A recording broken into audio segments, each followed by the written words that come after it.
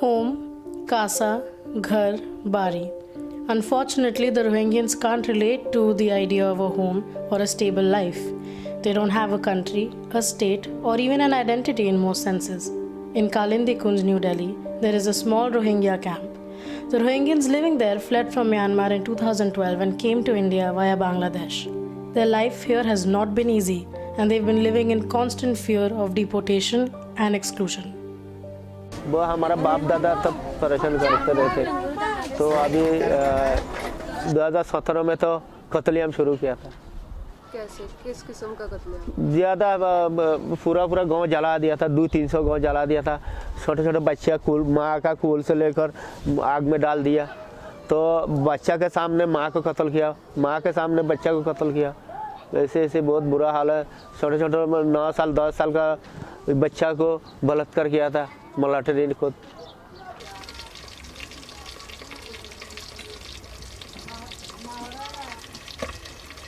तो बर्मा का सरकार बुड्ढी से, उसको दिल में मोहब्बत नहीं है,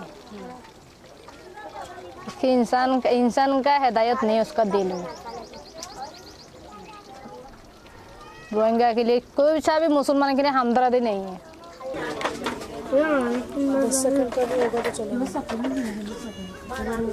You should definitely help these people. Perhaps you should also get involved in the regional effort to resolve the political crisis back at home. You should play a more active role, because without resolving the source of the problem, you will continue to face the blowback and the heat of the problem. You should not allow them to settle in India under any circumstances. Help them, mobilize the international resources, international opinion, make proper camps, settle them there, make sure they have all the amenities, but for goodness sake, do not allow them, or any refugees for that matter, to settle in your country.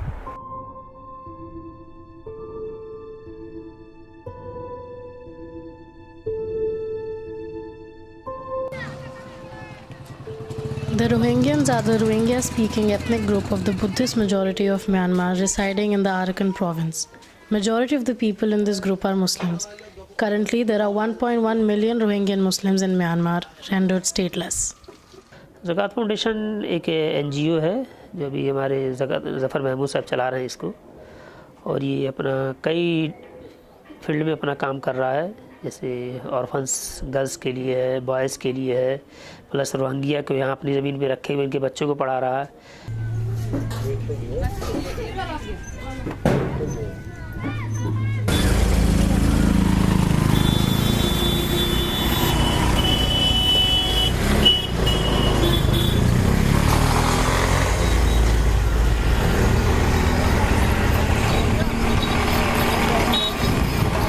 52 families हैं यहाँ पे।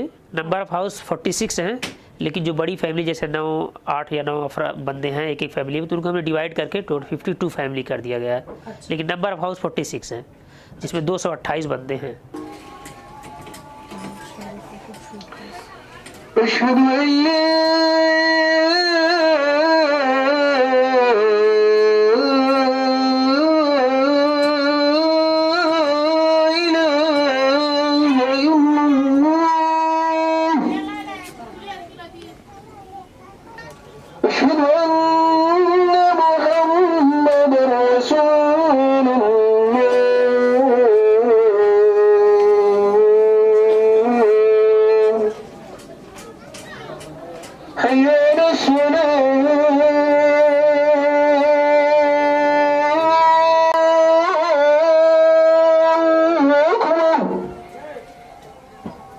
I'm Sai Deepak. I'm an arguing counsel practicing before the Delhi High Court and the Supreme Court. I represent the Indic Collective Trust in its ongoing intervention petition before the Supreme Court in the petition filed by Shri Prashant Bhushan representing the Rohingyas. His petition basically opposes the central government's move to deport Rohingyas from all parts of the country. We, as part of the Indic Collective Trust, have approached the Supreme Court, supporting the government's move to some extent, and also holding the government responsible for having let things come to such a pass. And our fundamental objection is to the intervention or interference by non-state actors and others in the central government's decision to deport Rohingyas. As a regional power at least, must do what it can to help people who are displaced, to help people who are stateless, and to help people who are homeless. But to what extent can it stick its neck out? And to what extent should it imperil its own objectives, its own territory, its own borders, and its own people in the process of helping somebody is a question that needs to be answered. 3, I think the term refugee is being used very loosely in the context of Rohingyas, for the simple reason that the term has a specific legal definition, it has a specific legal connotation, and should not be used unless and until a certain class of people attract the definition. India does not have a refugee law of its own.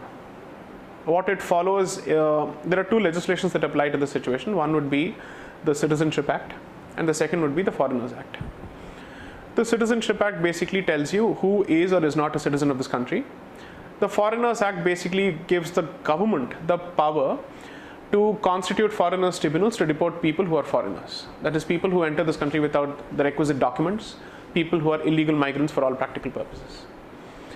So as on date, Rohingyas or any other group which enters this country without the requisite documents would first attract the definition of an illegal migrant and not that of refugee. So this needs to be understood. Now, for those people who swear by the constitution and who love to call themselves constitutional patriots, it's important that they respect the constitution and the laws within the framework of the constitution which apply to this issue.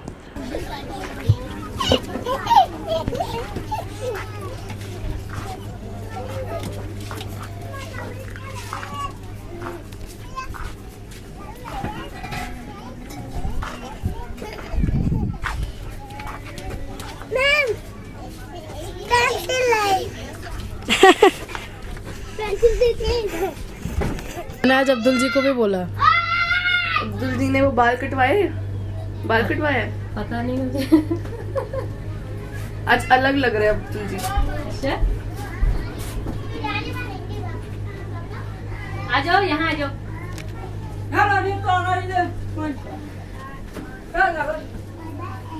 बच्चे इधर है। कला रहे। अच्छा, ये तीनों आपके ही है? शादी है नहीं है, दूसरा का है, दोनों मेरा है। लड़का इसका लड़का है, लड़की है सुबिया का। आ जाओ।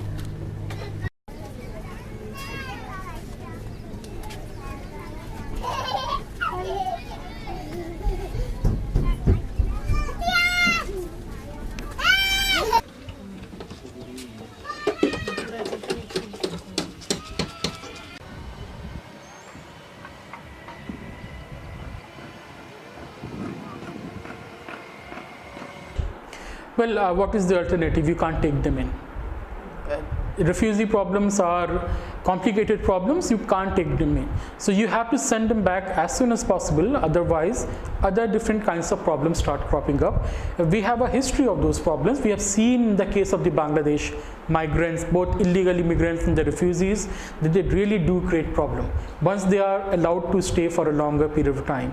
In Northeast India, the lots of clashes are going on between the local indigenous tribals and the Bangladeshi settlers. You don't want a repeat of them. And Rohingyas are basically also the ethnic Bengalis. So it will become part of that Bangladeshi problem. So you might be saying that should we send them back to Myanmar or we should allow them to stay here? What if the situation deteriorates in India? Then what will you do? Right? So it's better to send them back as soon as possible, and you should not allow them to settle in your cities.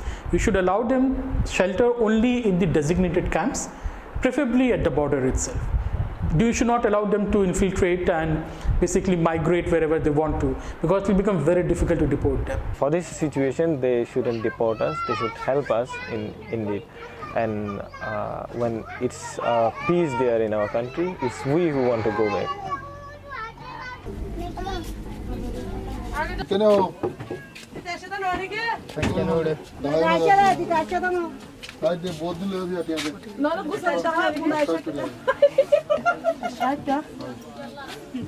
Context of refugee law. Since India is first of all not signatory to these two landmark treaties or instruments which apply to the status of refugees, there is no law, first of all, that we have signed ourselves to, nor have we promulgated any legislation in this country which reflects these commitments. Does that mean that India has no obligation with respect to refugees at all? No, that's not my point at all.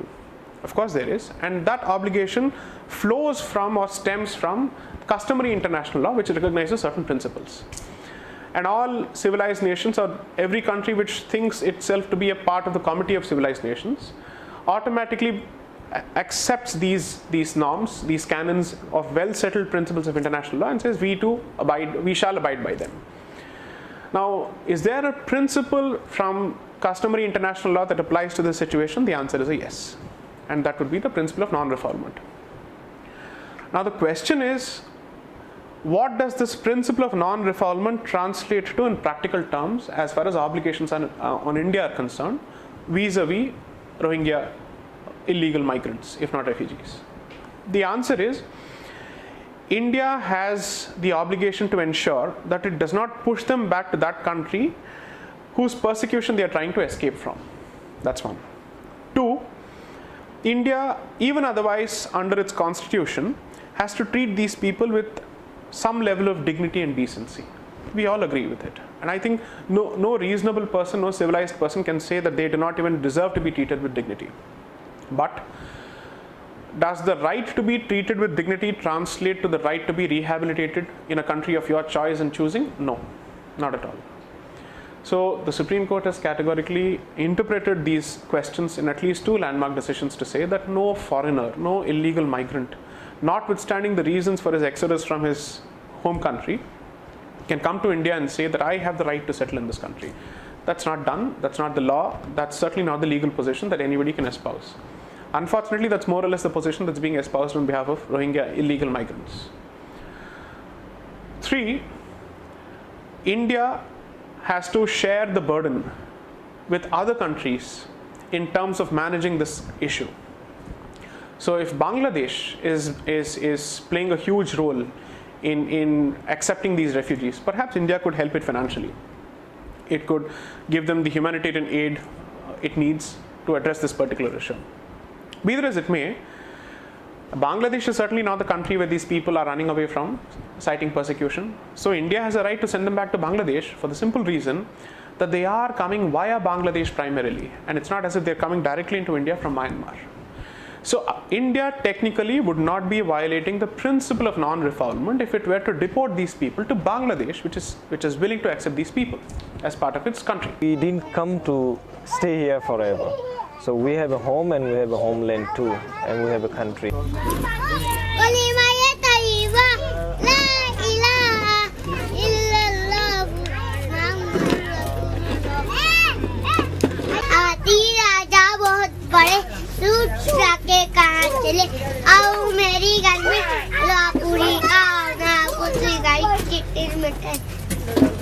In this documentary film, we have attempted to show both the sides of a very rusted coin.